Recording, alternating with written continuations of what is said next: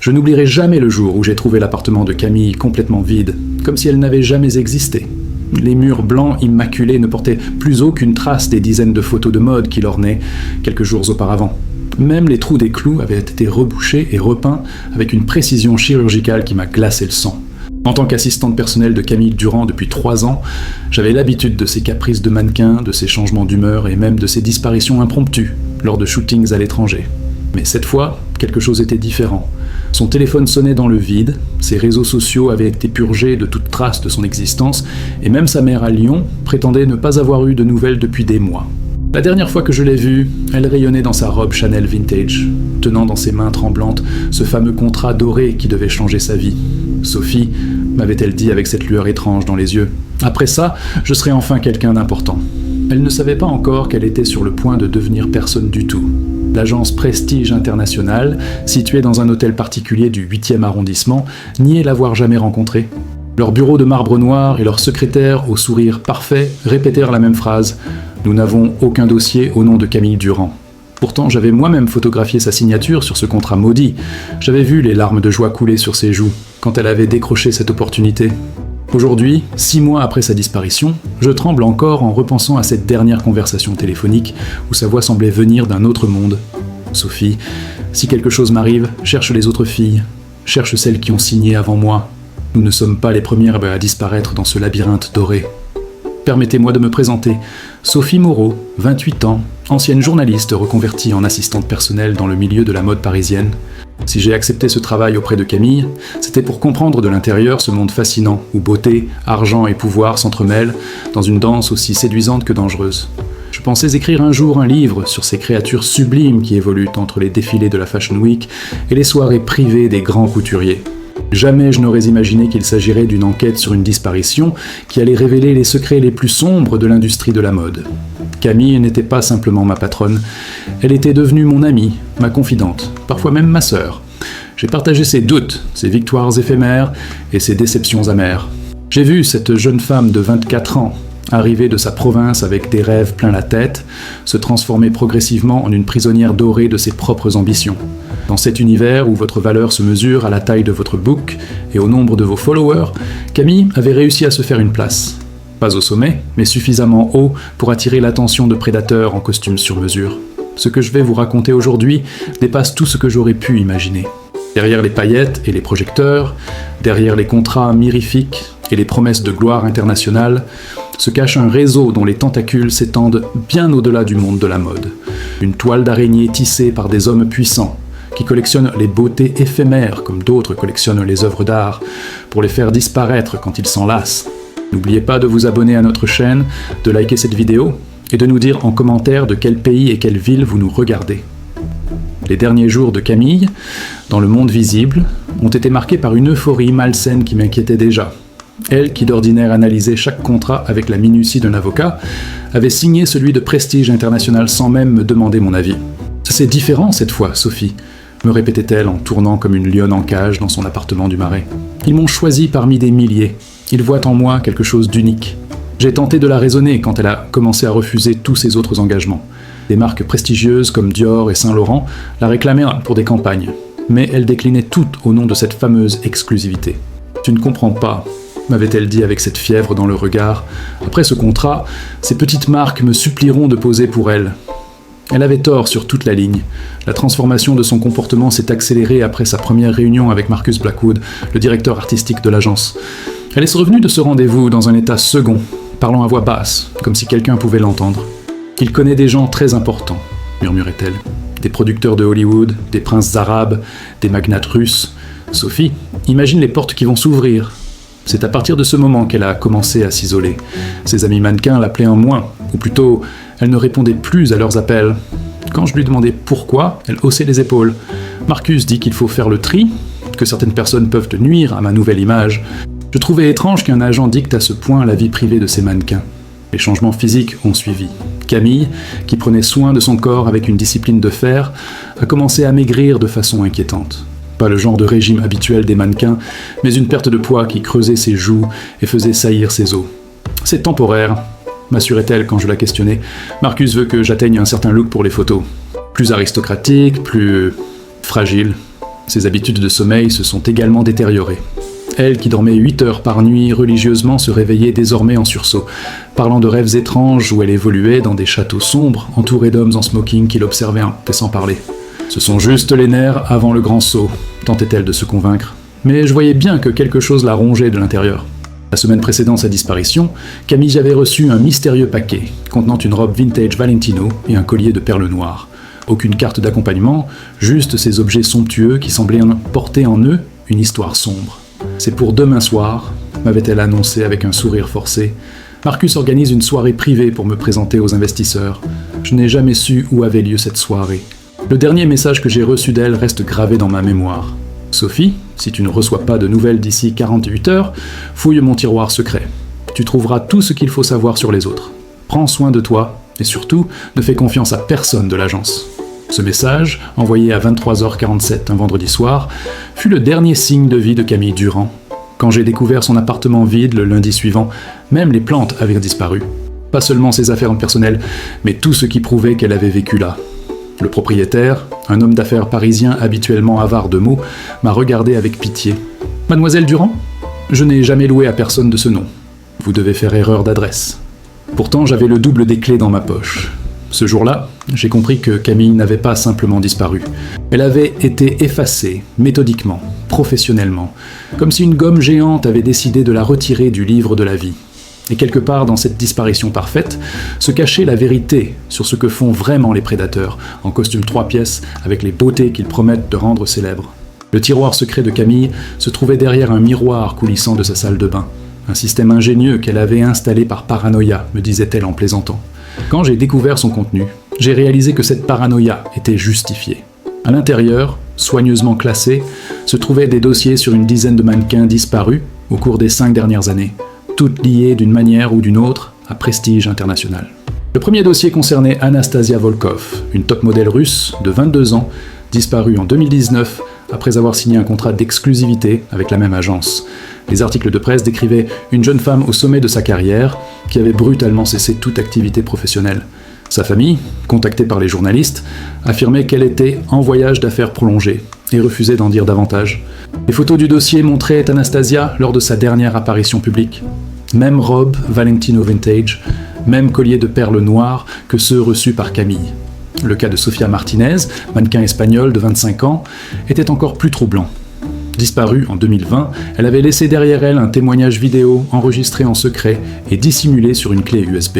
Dans cette vidéo granuleuse, Sofia expliquait en chuchotant qu'elle était prisonnière d'un réseau qui exploitait les mannequins comme objets de collection privée pour une clientèle fortunée. « Ils nous font disparaître du monde normal », murmurait-elle face caméra, « pour nous faire réapparaître dans leur monde à eux. » Chaque dossier révélait le même schéma. Une jeune femme talentueuse, mais pas encore au sommet, approchée par Marcus Blackwood avec une promesse de contrat exclusif, puis une transformation comportementale progressive avant la disparition finale. Camille avait méticuleusement documenté leurs dernières apparitions publiques, leurs changements physiques, les témoignages de leurs proches inquiets. Un travail d'enquêtrice que je n'aurais jamais soupçonné chez cette jeune femme que je croyais uniquement préoccupée par sa carrière. Le dossier le plus épais concernait Léa Fontaine, une Française de 26 ans, disparue l'année précédente. Camille avait réussi à retrouver sa sœur jumelle, Marie, qui lui avait confié des détails glaçants. Léa avait parlé avant sa disparition d'une île privée en Méditerranée, où Marcus l'emmenait régulièrement pour des séances photos exclusives. Marie avait fourni à Camille les coordonnées GPS de cette île, propriété d'un consortium d'hommes d'affaires internationaux, officiellement spécialisés dans l'art et la culture. L'aspect le plus terrifiant de ces découvertes était la sophistication du réseau. Il ne s'agissait pas de simples trafiquants, mais d'un système organisé impliquant avocats, médecins, agents immobiliers, et même des personnalités politiques. Camille avait établi des liens entre plusieurs disparitions et des événements mondains fréquentés par l'élite internationale. Des galas de charité à Monaco, des vernissages privés à New York, des soirées exclusives sur des yachts dans les eaux internationales. Une note manuscrite de Camille m'a particulièrement marqué. « Ils ne nous tuent pas, Sophie. C'est pire que ça. Ils nous transforment en fantômes vivants, en œuvres d'art privées pour collectionneurs pervers. Nous existons encore quelque part, mais plus dans notre monde. » Cette phrase, écrite de son écriture nerveuse, accompagnait la photo d'un homme élégant aux cheveux gris que j'ai immédiatement reconnu. Le comte Alessandro Di Marchetti, philanthrope italien et collectionneur d'art réputé. Le dossier contenait également des relevés bancaires troublants. Après chaque disparition, des virements conséquents étaient effectués depuis des comptes offshore vers les familles des jeunes femmes. Suffisamment importants pour acheter le silence, assez réguliers pour maintenir l'espoir qu'elles étaient encore en vie quelque part. Un système de chantage émotionnel parfaitement orchestré pour éviter que les familles alertent trop bruyamment les autorités. La dernière découverte m'a brisé le cœur. Une lettre d'adieu que Camille avait rédigée mais jamais envoyée. Si tu lis ceci, Sophie, c'est que j'ai franchi le point de non-retour.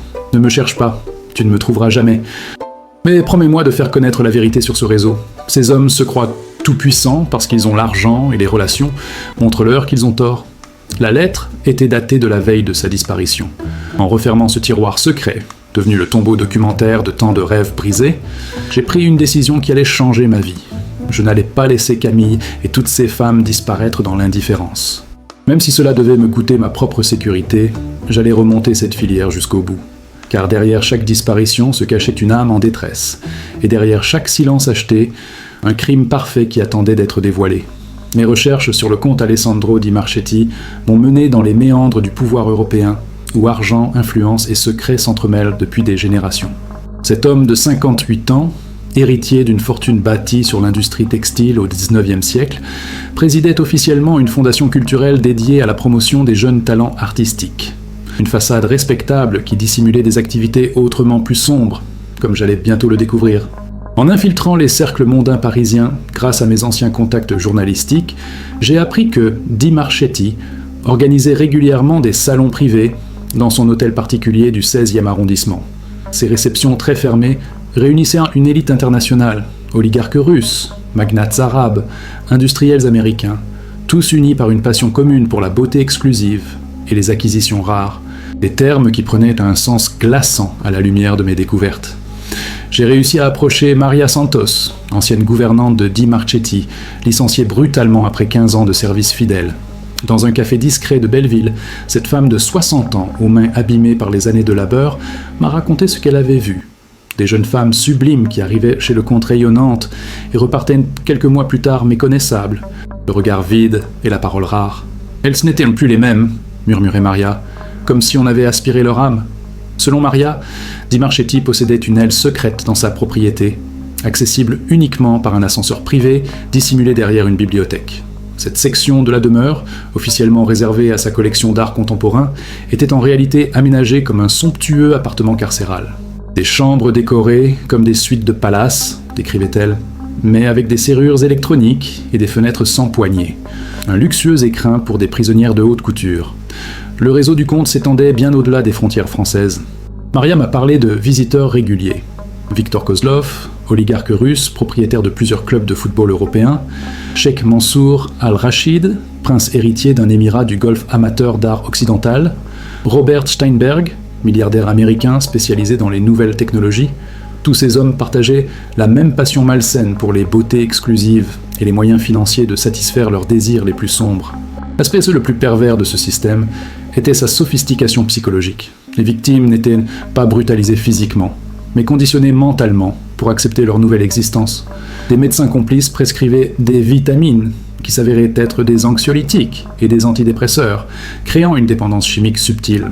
Les coachs en développement personnel leur inculquaient l'idée qu'elles vivaient une expérience unique réservée aux élus, transformant leur emprisonnement en privilège apparent. J'ai découvert que Marcus Blackwood n'était qu'un rabatteur de talent au service de cette organisation. Son rôle consistait à identifier des mannequins au profil spécifique, talentueuses, mais pas encore célèbres, sans famille trop présente, psychologiquement fragiles. Il les appâtait avec des contrats mirifiques avant de les livrer à ses commanditaires comme des marchandises de luxe. Un commerce d'êtres humains déguisé en agence de mannequinat prestigieuse. La protection de ce réseau reposait sur un système de corruption étendu. Maria m'a révélé les noms de plusieurs personnalités publiques qui fréquentaient les salons du comte. Un ministre de l'Intérieur européen, des commissaires de police de haut rang, des magistrats influents, des journalistes de renom. Tous compromis par leur participation à ces soirées, tous contraints au silence par un chantage mutuel parfaitement orchestré. L'île méditerranéenne mentionnée dans les notes de Léa Fontaine s'est révélée être le quartier général de cette organisation criminelle. Officiellement propriété de la Fondation Marchetti pour les Arts, cette île de 15 hectares au large de la Sardaigne abritait un complexe luxueux où les collectionneurs venaient d'admirer leurs acquisitions lors de week-ends privés. Un catalogue humain vivant pour milliardaires pervers, dissimulé sous l'apparence d'une résidence culturelle exclusive. Plus j'avançais dans mes investigations, plus je réalisais l'ampleur de ma propre vulnérabilité. Ces hommes disposaient de ressources illimitées et d'une influence internationale capable de faire disparaître quiconque menaçait leurs activités. Pourtant, le souvenir de Camille et de toutes ces femmes effacées du monde me donnait la force de continuer. Car derrière chaque secret révélé se cachait peut-être la clé pour les libérer de leur prison dorée. Ma première tentative d'alerter les autorités s'est soldée par un échec cuisant qui m'a ouvert les yeux sur l'étendue de la corruption. Le commissaire François Delacroix, responsable de la brigade des personnes disparues, m'a écouté avec une attention feinte avant de classer mon témoignage comme divagation d'une assistante en détresse. Quelques heures plus tard, j'ai reçu un appel menaçant. Une voix masculine distinguée m'informait que ma curiosité excessive pourrait me causer des ennuis. Le message était clair, certaines vérités ne devaient pas voir le jour. Déterminé à contourner ces obstacles officiels, j'ai contacté Claire Dubois, journaliste d'investigation au Monde, spécialisée dans les affaires de corruption internationale. Notre rendez-vous dans un restaurant discret de Montmartre a tourné court quand Claire a brusquement changé de couleur en découvrant les photos de mes dossiers. « Sophie » m'a-t-elle chuchoté en regardant nerveusement autour de nous. « Tu ne mesures pas à qui tu t'attaques. Ces gens ont les moyens de détruire des carrières en quelques coups de téléphone. » L'intimidation est montée d'un cran quand j'ai découvert que mon appartement avait été visité pendant mon absence. Rien n'avait été volé, mais tout avait été déplacé avec une précision chirurgicale qui ne laissait aucun doute sur l'identité des intrus. Un message subliminal parfait. Nous savons où vous habitez, nous pouvons entrer quand nous voulons. Sur ma table de chevet, une rose blanche accompagnée d'une carte sans signature, certaines vérités sont trop dangereuses pour être révélées. Ma recherche d'alliés m'a mené vers Thomas Mercier, ancien détective privé, reconverti dans la sécurité informatique après avoir été radié de la police pour méthode non conventionnelle. Cet homme bourru de 50 ans, installé dans un bureau miteux de Belleville, s'est révélé être mon premier véritable soutien. « J'ai déjà entendu parler de ces salopards », m'a-t-il confié en examinant mes dossiers, « mais jamais eu assez de preuves pour les coincer. Votre ami avait du cran de documenter tout ça. » Thomas m'a expliqué la sophistication du système de protection de ce réseau. « Ces gens ne laissent rien au hasard », m'a-t-il dit en pointant les relevés bancaires. Ils ont des équipes de nettoyeurs professionnels qui effacent toute trace numérique, des avocats qui étouffent les enquêtes dans l'œuf, des médecins qui certifient des internements psychiatriques bidons. Une machine à broyer les témoins gênants, huilée par des décennies de pratique et l'argent illimité. Notre première percée est venue d'une source inattendue. Elena Popov, ancienne escort girl russe qui avait côtoyé le milieu des collectionneurs avant de s'en échapper. Réfugiée dans une banlieue parisienne sous une nouvelle identité, elle m'a accordé un entretien secret qui a confirmé mes pires soupçons. Ils organisent des ventes aux enchères, m'a-t-elle révélé d'une voix brisée. Des femmes présentées comme des œuvres d'art vivantes à des acheteurs masqués. Le prix de départ était de 500 000 €. Elena m'a décrit le processus de conditionnement avec une précision glaçante. Les victimes étaient d'abord isolées socialement, puis soumises à un régime de drogue légère qui altérait leur perception de la réalité. Des psychologues corrompus les convainquaient qu'elles participaient à une expérience artistique révolutionnaire réservée aux femmes exceptionnelles. Un lavage de cerveau subtil qui transformait l'emprisonnement en privilège apparent. La découverte la plus choquante d'Elena concernait la destination finale des acquisitions. Contrairement à ce que je pensais, les victimes n'étaient pas gardées prisonnières en permanence. Elles étaient prêtées à leurs propriétaires pour des périodes déterminées, puis entreposées dans des résidences de luxe surveillées en attendant leur prochaine utilisation. Un système de location d'êtres humains déguisés en collection d'art privé. Mes tentatives de localiser l'île méditerranéenne ont été constamment sabotées. Les images satellites commandées à des services spécialisés étaient systématiquement indisponibles pour raisons de sécurité nationale. Les cartes marines officielles ne mentionnaient aucune propriété privée aux coordonnées indiquées par Camille. Même les pilotes d'hélicoptères contactés pour un survol touristique refusaient catégoriquement de s'approcher de cette zone, prétextant des restrictions aériennes permanentes. La frustration de voir toutes mes pistes officielles se fermer une à une m'a poussé vers des méthodes plus risquées. Avec l'aide de Thomas, j'ai commencé à infiltrer les réseaux sociaux et les communications électroniques du réseau Marchetti. Cette guerre de l'ombre contre des adversaires infiniment plus puissants que moi allait bientôt révéler des vérités encore plus terrifiantes que tout ce que j'avais découvert jusqu'alors. La percée décisive est venue d'une source que je n'aurais jamais imaginée, un remords de conscience. Marcus Blackwood lui-même m'a contacté par un message crypté, me donnant rendez-vous dans un parking souterrain de la Défense à minuit. Cet homme élégant qui avait détruit tant de vies se présentait maintenant à moi comme un repenti, rongé par la culpabilité. « J'ai une fille de l'âge de Camille. m'a-t-il avoué les larmes aux yeux. Je ne peux plus continuer à livrer ces jeunes femmes à ces monstres. Marcus m'a révélé l'existence d'un système de surveillance interne que les collectionneurs utilisaient pour documenter leurs crimes. Chaque séance avec une victime était filmée et archivée, officiellement pour des raisons artistiques, en réalité pour créer un arsenal de chantage mutuel entre membres du réseau. Ils se filment tous, m'a-t-il expliqué. C'est leur assurance vie mutuelle. Si l'un d'eux tombe, ils tombent donc tous. Ces enregistrements étaient stockés sur un serveur sécurisé situé dans un bunker suisse. L'accès à ces archives compromettantes nécessitait une opération d'une complexité inouïe. Thomas avait identifié une faille dans le système de sécurité informatique. Pendant les maintenances mensuelles, une fenêtre de 15 minutes s'ouvrait où les protocoles de cryptage étaient temporairement affaiblis. C'est maintenant ou jamais, m'a-t-il dit en préparant son matériel de piratage. Si on rate cette chance, on n'en aura plus d'autres. La nuit de l'opération, installée dans une camionnette équipée de matériel électronique, nous avons assisté en direct au téléchargement de centaines de fichiers compromettants. Les noms des participants défilaient sur l'écran. Ministres européens, PDG de multinationales, célébrités du cinéma, héritiers de dynasties industrielles, un catalogue de l'élite corrompue qui dépassait mes pires cauchemars. « Mon Dieu !» a murmuré Thomas. « Ils ont recruté dans tous les secteurs du pouvoir. Parmi les vidéos récupérées, j'ai reconnu Camille dans plusieurs séquences qui m'ont brisé le cœur. Elle apparaissait amaigrie, le regard vide, évoluant comme un automate dans des décors luxueux. Les commentaires audio des collectionneurs la décrivaient comme une pièce exceptionnelle de la collection française, appréciant sa docilité parfaite après conditioning.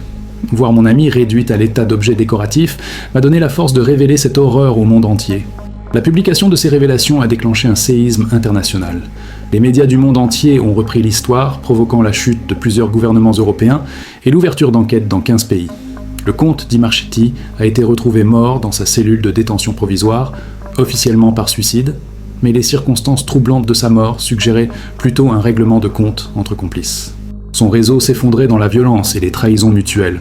Les opérations de libération coordonnées par Interpol ont permis de retrouver 43 femmes détenues dans différents sites à travers l'Europe. Camille était parmi elles, découverte dans un état de sidération psychologique sur l'île méditerranéenne transformée en forteresse. Son premier regard en me reconnaissant reste l'image la plus forte de toute cette enquête. Un mélange de reconnaissance, de honte et d'espoir qui résumait l'horreur de ce qu'elle avait vécu. La récupération psychologique de Camille et des autres victimes s'est révélée être un processus long et douloureux. Les médecins spécialisés dans les traumatismes complexes ont découvert l'ampleur du conditionnement mental subi. Manipulation chimique, isolement sensoriel, techniques de lavage de cerveau sophistiquées. Elles ont été déprogrammées comme des robots, m'a expliqué le docteur Sarah Lecomte, psychiatre en charge du centre de réhabilitation. Il faudra des années pour qu'elles retrouvent leur identité véritable. Certaines révélations post-libération ont ajouté une dimension encore plus sordide à cette affaire. Plusieurs victimes ont témoigné de l'existence d'un catalogue de reproduction où les plus jeunes étaient sélectionnés pour porter les enfants de leurs ravisseurs. Un eugénisme de luxe pratiqué par des milliardaires obsédés par la création d'une race supérieure selon leurs critères esthétiques pervers. 3 femmes enceintes ont été découvertes lors des raids, leur bébé immédiatement placé sous protection judiciaire. L'enquête a également révélé que le réseau préparait une expansion mondiale, avec des antennes en Asie et en Amérique du Sud. Des contrats avaient été signés avec des agences de mannequinat de Tokyo et São Paulo, des infrastructures étaient en construction au Brésil et en Thaïlande. Si nous n'avions pas agi, des centaines d'autres jeunes femmes auraient rejoint ce cauchemar industrialisé. Cette prise de conscience m'a conforté dans la certitude que notre combat, malgré ces risques, était absolument nécessaire. Aujourd'hui, 2 ans après ces révélations qui ont ébranlé le monde, je regarde Camille reconstruire sa vie pas à pas, et je mesure le chemin parcouru. Elle a retrouvé son sourire, même s'il reste parfois voilé par les souvenirs de cette période sombre. Elle témoigne désormais dans les écoles et les agences de mannequinat pour sensibiliser les jeunes femmes aux dangers de cette industrie. « Sophie, me dit-elle souvent, si notre histoire peut sauver ne serait-ce qu'une seule fille, alors tout ce cauchemar aura eu un sens. » L'impact de cette affaire dépasse largement le monde de la mode. Elle a révélé l'existence de réseaux de corruption impliquant les plus hautes sphères du pouvoir international et posé la question troublante de l'impunité des ultra-riches. Combien d'autres Camille disparaissent-elles chaque jour dans l'indifférence générale? Combien de prédateurs en costume 3 pièces continuent-ils leurs activités criminelles protégées par leur fortune et leurs relations? Ces questions me hantent encore et alimentent ma détermination à poursuivre ce travail d'investigation. La semaine prochaine, je vous raconterai l'histoire tout aussi troublante de la disparition d'Isabella Montenegro, héritière d'une fortune pétrolière vénézuélienne, volatilisée lors d'une soirée de gala à Monaco. Car derrière chaque disparition médiatisée se cachent souvent des vérités que certains préféreraient voir rester enfouies à jamais. Restez avec nous pour découvrir ces secrets que le pouvoir et l'argent tentent désespérément de dissimuler.